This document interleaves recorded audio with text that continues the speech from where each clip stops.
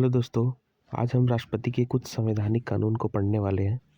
तो चलिए आइए देखते हैं। राष्ट्रपति का संवैधानिक कानून भारतीय संविधान के तहत उनके पद, शक्तियों जैसे अध्यादेश जारी करना, वीटो शक्ति, कर्तव्यों, संविधान का संरक्षण और मंत्रिपरिषद के साथ संबंधों अनुच्छेद 74-78 से संबंधित है, जो उन्हें कार्यपालिका का नाम मात्र प्रमुख बनाता है, लेकिन उनकी शक्तियां मंत्रिपरिषद की सलाह और सामूहिक जिम्मेदारी के दायरे में काम करती हैं, जिसकी व्याख्या सुप्रीम कोर्ट समय समय पर करती है। राष्ट्रपति पद के मुख्य संवैधानिक प्रावधान, आइए उनके पद के बारे में पढ़ेंगे। पहला है पद और कार्यकारी शक्ति। अनुच्छेद 52 और 53 भारत में एक राष्ट्रपति होगा। अनुच्छेद 52 के अंतर्गत देश की सभी कार्यकारी शक्तियां राष्ट्रपति में निहित है और वे इसका प्रयोग अपने अधीनस्थ के माध्यम से करते हैं। और दूसरा है शपथ। अनुच्छेद 60 राष्ट्रपति संविधान और कानून के संरक्षण, सुरक्षा और बचाव की शपथ लेते हैं।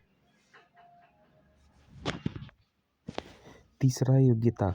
अनुच्छेद 58 35 वर्ष की आयु भारत का नागरिक और लोकसभा सदस्य बनने की योग्यता, यानी एक राष्ट्रपति बनने के लिए भारत को एक नागरिक को 35 वर्ष और भारत का नागरिक होना चाहिए। चौथा शर्तें जो है अनुच्छेद 59 में आते हैं। संसद या राज्य विधानमंडल का सदस्य नहीं होंगे, यानी संसद और राज्य विधानमंडल का सदस्य नहीं होंगे, कोई लाभ का पद नहीं धारण करेंगे या किसी प्रकार का उन्हें लाभ न मिला हो, और कार्यकाल के दौरान वेतन भत्ते काम नहीं किया जा सकते। प्रमुख शक्तियां और कार्य। पहला विधायी शक्तियां। अनुच्छेद 111-123 संसद द्वारा पारित विधेयकों पर वीटो, पूर्ण निलंबन पॉकेट का प्रयोग कर सकते हैं और कानून बनाने के लिए अध्यादेश जारी कर सकते हैं, जो कि अनुच्छेद 123 के अंतर्गत आता है। दूसरा कार्यकारी शक्तियां। अनुच्छेद 77 से 78 और 78 सरकार के कामकाज के लिए नियम बना सकते हैं और प्रधानमंत्री से जानकारी प्राप्त करने अनुच्छेद जो कि अनुच्छेद 78 के अंतर्गत आते हैं के माध्यम से मंत्रिपरिषद को सूचित रखते हैं।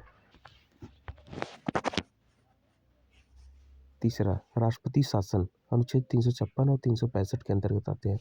यदि राज्य में संवैधानिक तंत्र विफल हो जाए तो राष्ट्रपति शासन लगा सकते हैं, जो राज्यपाल की रिपोर्ट या अन्य जानकारी पर आधारित हो सकता है। संवैधानिक स्थिति। राष्ट्रपति नाम मात्र के कार्यकारी प्रमुख होते हैं, जबकि मंत्रिपरिषद प्रधानमंत्री के नेतृत्व में वास्तविक कार्यकारी शक्ति का प्रयोग करती है। दूसरा मंत्रिपरिषद सामूहिक रूप से लोकसभा के प्रति उत्तरदायी होती है और राष्ट्रपति को उनकी सलाह पर कार्य करना होता है, जो कि अनुच्छेद 74 के अंतर्गत आते हैं। तीसरा सुप्रीम कोर्ट को राष्ट्रपति सहित सभी संवैधानिक कार्यों की संवैधानिकता की समीक्षा करने का अधिकार है, जो शक्तियों के संतुलन को बनाए रखता है। धन्यवाद।